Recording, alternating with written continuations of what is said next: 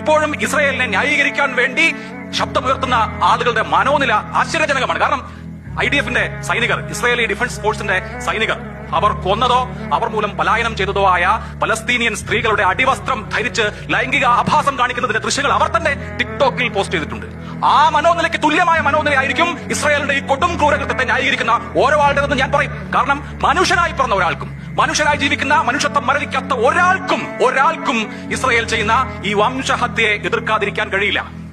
ഏറ്റവും ഒടുവിലത്തെ കണക്കനുസരിച്ച് കഴിഞ്ഞ 21 മാസം കൊണ്ട് 60,000 മനുഷ്യരാണ് ഗാസ എന്ന് പറയുന്ന 365 സ്ക്വയർ കിലോമീറ്റർ മാത്രം വരുന്ന പ്രദേശത്ത് കൊല്ലപ്പെട്ടിരിക്കുന്നത്. ഇത് റിക്കവർ ചെയ്ത ഡെഡ് ബോഡികളുടെ കണക്കാണ്.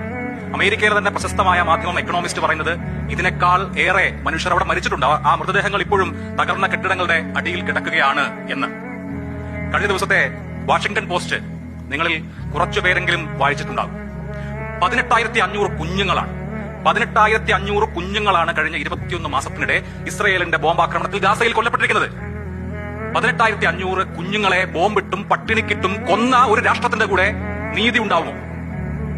ഈ 18,500 കുഞ്ഞുങ്ങളുടെ കാര്യം പറയുമ്പോൾ അതിൽ 936 കുഞ്ഞുങ്ങൾ 1 വയസ്സിൽ താഴെയുള്ള കുഞ്ഞുങ്ങളാണ്. ഒന്നാം പിറന്നാൾ ആഘോഷിക്കുന്നതിന് മുൻപ്, നടക്കാൻ തുടങ്ങുന്നതിന് മുൻപ് അവരുടെ കിടക്കറയിൽ വെച്ച്, അല്ലെങ്കിൽ അവർ കളിക്കുന്ന മുറ്റത്ത് വെച്ച്, ഒരുപക്ഷെ മാതാപിതാക്കളുടെ കയ്യിലിരിക്കുമ്പോൾ ഒന്നും അറിയാതെ കൊല്ലപ്പെട്ടുപോയ കുഞ്ഞുങ്ങളാണ്.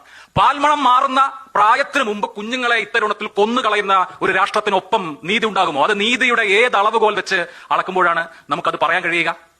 ഒരു പോപ്പുലേഷനെ ആകെ പട്ടിണിക്കിടുകയാണ്. സ്വന്തം കുഞ്ഞ്, ഒന്ന് ആലോചിച്ച് നോക്കൂ, സ്വന്തം കുഞ്ഞ് ഒരു ദിവസം പട്ടിണിയിരിക്കുന്നത്, ഒരു നേരം പട്ടിണിയിരിക്കുന്നത് നിങ്ങൾക്ക് സഹിക്കുമോ?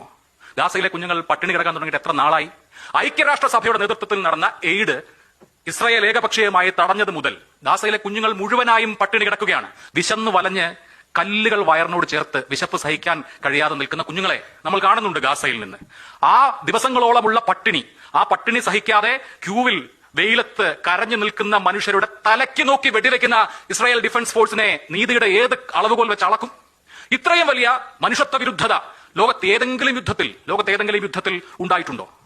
ലോകത്ത് ഇതുവരെ നടന്നിട്ടുള്ള യുദ്ധങ്ങളിൽ ഒന്നുമില്ലാത്ത വിധത്തിലുള്ള നാടകീയമായ നൃശംസത ഇസ്രായേൽ എന്ന് പറയുന്ന ദേശരാഷ്ട്രം അവിടെ അഴിച്ചുവിടുകയാണ്.